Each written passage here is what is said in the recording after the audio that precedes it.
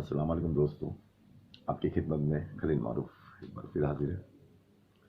दोस्तों, आज का मसला, आज के टॉपिक है मुसलमान और सियासत, इस्लाम और not politics, Muslim and politics. तो दोस्तों, सबसे पहले हमें इस बात को क्लियर करना पड़ेगा कि आखिर ये सियासत से हम लोग दूर क्यों रहते हैं। हम लोग दूर क्यों रहते हैं? हमारे उलमा, हमारी तंजीमें, हमारे मदरसे, हमारे दारुल उलूम बड़े बड़े, ये दूर क्यों रहते हैं इससे। तो शुरुआत करते हैं कुछ तारीखी हक़ाइक़ से। तो इसमें अगर आज हमें हल निकालना है कि आज गुर्बत की वजह, मुसलमानों की मुफलिसी की वजह हिंदुस्तान में सबसे ज़्यादा हिंदुस्तान में क्यों है, ये क्यों है, इसकी वजह क्या है, इसी वजह हमको जानना ज़रूरी है। उसके बाद ही हम या हमारी आने वाली नस्लें इसको समझकर, तारीख की गलतियों को समझकर कि कहाँ से गलती हुई, कहाँ से चूक हुई और कहाँ लोग ठीक थे, कहाँ लोग गलत थे, कहाँ से चूक हुई, क्या ऐसी बात हुई, वो हमें समझना बहुत ज़रूरी है। उसके बिना हम लोग आगे नहीं जा सकते। तो बात होती है, मैं बादशाहों की बात नहीं करूँगा, मैं आपको सिर्फ 100 साल के अंदर वाली बात करना चाहता हूँ। उतनी लंबी छोटी तारीख में मैं वो बादशाहों की तारीख में मैंने जाना नहीं चाहता हूँ।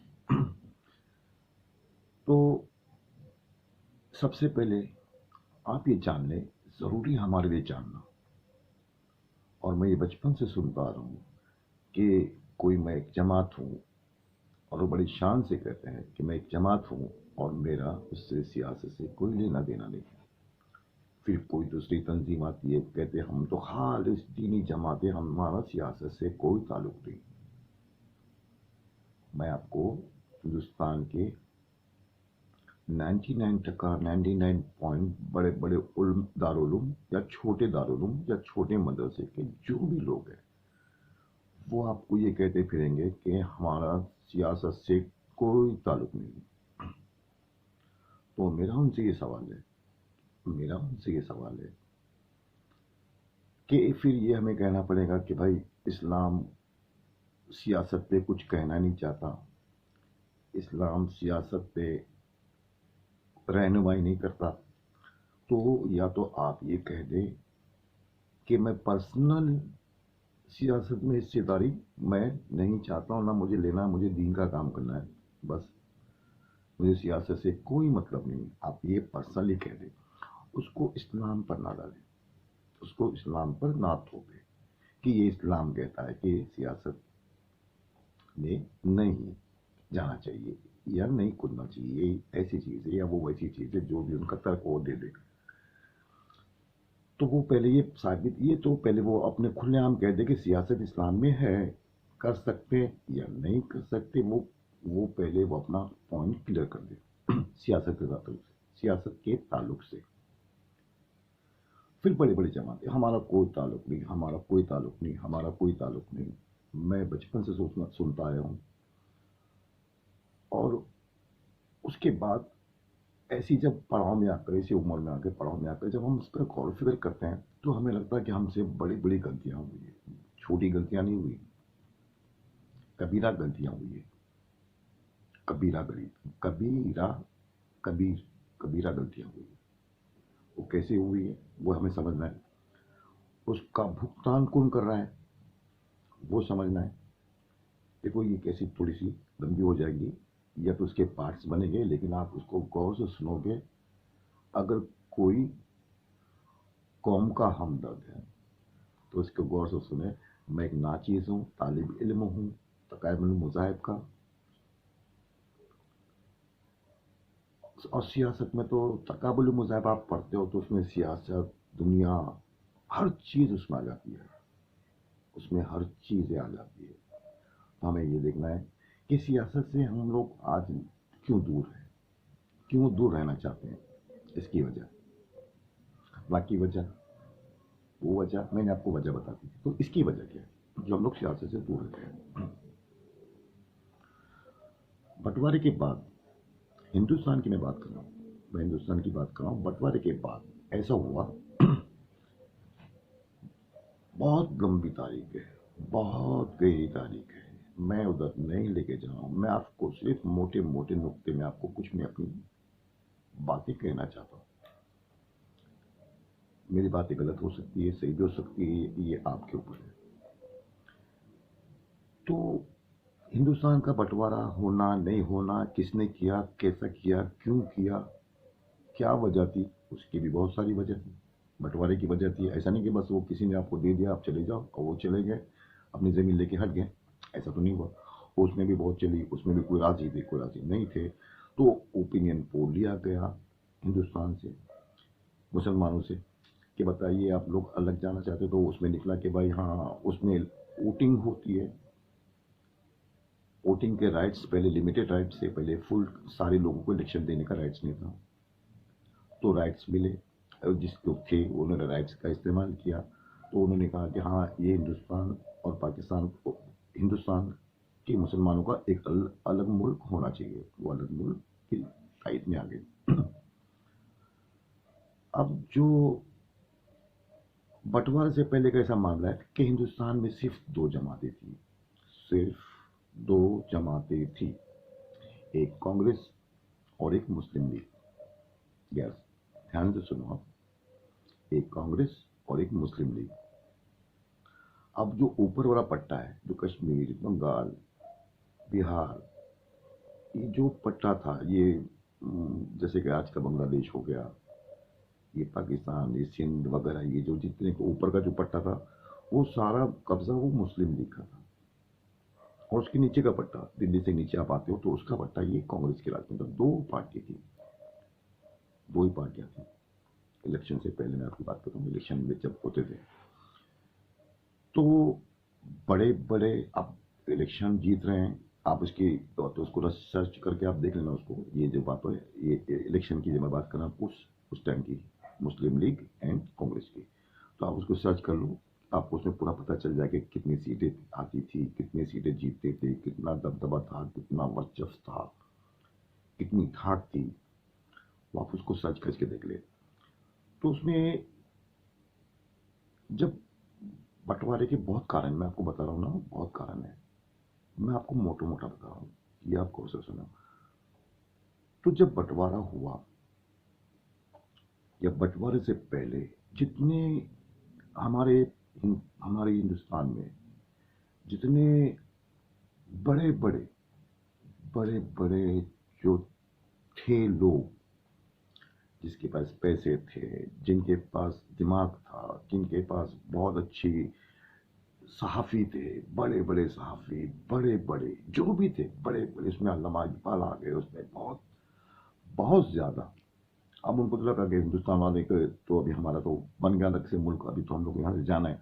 तो वो जितने थे वो सब चले गए वहाँ पर, अलग देश बन गया, वो अलग देश में जाके रहने लगे, अलग देश बन गया। अब यहाँ क्या बचा, उसमें भी बहुत सारी बातें। यहाँ क्या बचे, यहाँ बचे हम लोग, मिडिल क्लास भी नहीं बोलूँगा मैं उसको, उसमें नीचे वाले, थर्ड क्लास, जो नहीं भाई हमारे कुछ, हम लोग नहीं जाना चाहते, वो मैसेज हमको गलत लगा। वो ऊपर से सब हुआ, बंटवारा को जो आना जाना वो ऊपर, जैसे कि कलकत्ता से होता है, कभी यहाँ पे थोड़ा इफेक्ट पड़ा है महाराष्ट्र कर्नाटक में, लेकिन वहाँ पे ज़्यादा इफेक्ट वहाँ पड़ा ऊपर से एक पट्टे पे। तो वो लोग चले गए, अब चले गए, उसमें झड़पें हुई, वो भी अलग कहानी है। बहुत सारी झड़पें हुई बंटवारे के टाइम पे, इधर से दोनों तरफ से बहुत सारे मारकाट हुई। अब उसमें भी एक दूसरी चीज़ आती है, उसमें तीन तारीखें आती है, लेफ्ट की आती है, राइट की आती है, एक अंग्रेज़ों की आती है, उसमें तीन तारीख मिक्स होती है। फिर जिसको तारीख को मैं अच्छा समझता हूँ उसको मैं सामने रखता हूँ कि देखो इन्होंने ऐसा किया, फिर देखो उन्होंने ऐसा किया, लेफ्ट वाले बोलते हैं उन्होंने ऐसा किया, राइट वाले बोलते हैं उन्होंने ऐसा किया, फिर वो जो अंग्रेज वाले वो बोलते कि इन्होंने ऐसा किया। तो तीन तारीख है। फिर फिर जैसे कि एक मुस्लिम तंजीम या तो कोई हिंदू तंजीम या तो कोई और तंजीम ने अपनी तरफ से तारीख लिखी, और वो ये साबित करने लगे कि यही तारीख सच्ची है, वो तारीख लेफ्ट राइट ऊपर वाले ये तारीख नहीं है, ये तारीख सच्ची है कि ऐसा ऐसा हुआ है। तो हमको जो ऐसा हुआ, तारीख की बात कर रहा हूँ, किताबों की बात कर रहा हूँ, जो लिख के आता है, जो हम लोग को समझाया जाता है कि क्या चीज़ें हुई, क्या चीज़ें नहीं हुई। अब बंटवारे के बाद हुआ यूं, बंटवारे के बाद हुआ यूं, जब उधर रह गए, बंटवारे के बाद ऐसा हुआ कि जो बच गए, जो लोग यहाँ रह गए, अब वो जो, देखो ये बात पहले अच्छी तरह समझ लो कि हिंदुस्तान में जो हिंदू लोग, हम लोग जिनके साथ रहते हैं, उसमें अक्सरियत बहुत ज़्यादा शांति से रहना चाहते हैं, हम हमारे साथ रहना चाहते हैं। वो बिल्कुल अच्छे लोग हैं, बहुत ज़्यादा मैं कह रहा हूँ, बहुत अच्छे लोग हैं। ना हमसे उनको प्रॉब्लम है, ना उनसे हमको प्रॉब्लम है, कोई प्रॉब्लम नहीं है। तो बहुत अच्छे लोग, उसमें कोई प्रॉब्लम नहीं है। कुछ कुछ तंजीमें बनी, कुछ उस जमाने में तंजीमें बनी, बहुत वो भी तारीखें बनती है, उसमें आरएसएस हो गया, उसमें बजरंग दल होती है, उसमें विश्व हिंदू परिषद होती है, ऐसे परिषद। तो उस टाइम पे सिर्फ एक थी, तो उनका नजरिया अलग था, कांग्रेस का नजरिया अलग था। उसमें अच्छा, उलमा को सियासत में हिस्सा नहीं लेना चाहिए, हसन मोहानी, बहुत नाम है। अब वो कलम आजाद लाल किले पे ठहर के लोगों को रोकते थे, भाई रुको, नहीं जाओ, ये हमारा मुल्क है, हमारा मुल्क है, हमारे बाप दादा, हमारे सब, बहुत रोका, जितना जाना था चले गए। और जिनकी उनकी बात से रुकना था बाई चॉइस, रुक गए, नहीं बस ये तो हमारा मुल्क है, हमारे बाप दादा पैदा हुए, हम यहीं रहेंगे, यहीं मरेंगे, हम लोग रुक गए। तो हम लोग रुक गए, हम लोग प्योर हिंदुस्तानी रुक गए, हमको उससे नहीं जाना, हमको हमको तो अपने देश में रहना है, रुक गए। अब ये जो लेफ्ट जो थे, ये तंजीमें थी, जो हार्ड लाइन तंजीमें थी, इनको वो बातें हजम नहीं हो रही थी उस टाइम पर, उस टाइम पर वो हजम नहीं हुई थी। बात तो बहुत थी, कि बात ये थी कि आप लोगों ने इलेक्शन लड़ा, आप लोगों ने अलग किया, आप लोगों, आपकी चॉइस थी कि अब आप अलग से, आपको मुल्क चाहिए, आपको मुल्क मिल गया। फिर ये कुछ मुसलमान जो बच्चे हैं, जो नहीं जाना चाहते हैं, जो अबुल कलाम आज़ाद हो गए, हजरत मोहानी हो गए, बड़े बड़े हमारे जो थे उस टाइम के, बहुत लंबी लिस्ट है नाम की मुसलमानों की, जो यहाँ रुक गए थे। तो वो उनकी बात, उनके हमारे बाप दादा रुक गए यहाँ पर कि नहीं भी, हमको तो यहीं रहना, हमारा हिंदुस्तान, हम लोग तो यहीं रहेंगे। अब उनको लगा कि आप लोगों ने मुल्क तो ले लिया अलग से, अब वो चले गए, जितने चले जाने वाले थे चले गए, अब ये लोग करोड़ों लोग तो यहाँ रुक गए। ऐसे हाक के तो भगा नहीं सकते थे, हाका नहीं जा सकता था, रुक भी गए। अब उनको लगा, वो बात उनको हजम नहीं हो रही थी, अब वो जबरदस्ती भगा नहीं सकते थे। अब उनको लगा कि अब ये इन, फिर वो दुश्मनी हम लोग से बढ़ने लगी। अच्छा, वो खुल के कभी बोले भी नहीं, उन्होंने खुल के कभी कहा भी नहीं कि भाई ये ऐसा क्यों है, वो रुकते क्यों नहीं, उनको भगाओ, उनको वापस, ऐसा कोई ऑप्शन, क्योंकि उसमें जवाहरलाल नेहरू थे, उसमें बड़े बड़े लोग थे जो सेकुलर थे, और जो बहुत बहुत अच्छी तरह से उसको वो कर रहे थे। अब वो आ गई, तो उसमें मसला ये आया कि अब तुम लोग हिंदुस्तान में, जो ये अंदर का प्रोग्राम होता है, ये टेबल के नीचे बोलते ना, जो होता है वो बातें होती है ऐसी, कि ठीक है, जो चले गए वो उनसे हमसे ठीक है, चले गए, अब जो बच गए, अब ये क्यों नहीं गए, इनको भी जाना चाहिए था, ये रुक क्यों गए, इनको भी जाना चाहिए था, ये रुक क्यों गए। अब ठीक है, जो बच गए अब हम उनसे बदला लेंगे, हम उससे कैसे बदला लेंगे, हम उसका माशी तौर पे बदला लेंगे, माशरी तौर पे हम उनको पुलिस में, फौज में, बड़े बड़े, जो भी बड़े बड़े पद होते हैं, जो भी बड़े बड़े पद होते हैं, हम इन लोग को दूर रखेंगे। अब उन लोग ने वहां पे काम चालू किया कि दुश्मनी, ये लोग गए क्यों नहीं, अच्छा ये हमारी बात नहीं थी, फिर वो बाबर की बात, वो बाबर ने हमारे साथ ऐसा किया, हुमायूं ने ऐसा किया, औरंगजेब ने ऐसा किया, वो हमारा ना इनसे ताल्लुक, वो आए थे बाहर से, उन्होंने, वो अलग तारीख है। अब वो ये 100 साल की बात नहीं कर रहे, वो कर रहे 1000 साल की बात। भड़काना आपको है तो 1000 साल की बात करते हैं कि वो उन्होंने हमारे साथ ऐसा किया, ऐसा किया, वैसा किया, 1000 साल की बात करते हैं।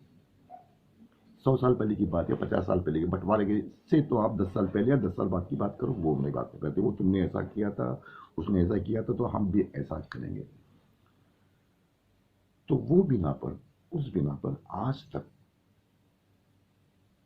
नहीं हुआ, आज हम लोग की हालत 70 साल में इन्होंने इस तरह कर दी कि हमको 70 साल में जो दलित होता है उससे भी गए हमको बना दिया। पहले में तो मोहम्मदन, फिर वो लांडिया, पता नहीं वो, फिर बहुत सारे नाम आ गए। अब एक नया नाम चला है पंचर वाला। तो भाई साहब इन्होंने हमको आज पंचर वाला तक की औकात में ला के रख दिया, पंचर वाली की औकात में ला के रख दिया, और उनका मिशन पास हो गया।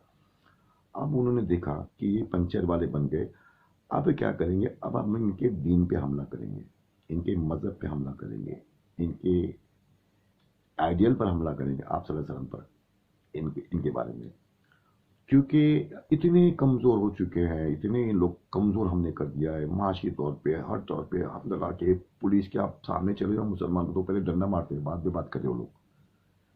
तो आपको जो डंडा मारेगा पुलिस, जो भी मारेगा डंडा, जो आपको झिड़काएगा ऑफिस में, जो आपको कहीं मकान नहीं देगा कोई कॉम्प्लेक्स में, तो समझते वो उस जहन का है, वो उस जहनीत का है जो वो 50 साल पहले, 70 साल पहले जो जहनीत बनाई थी, उस जहनीत का, जो आपको रूम आपको कहीं नहीं दे रहा है, आपको नौकरी नहीं देता है, आपको वो सिर्फ अलाउ टू अदर, हिंदू मुसलमान को नहीं, ये नहीं चलेगा, हम वो चलेंगे। तो आप समझ लेना कि वो वहां से आ रहा है, अब वो वहां से आ रहा है। तो इसमें इसमें बात ऐसी हुई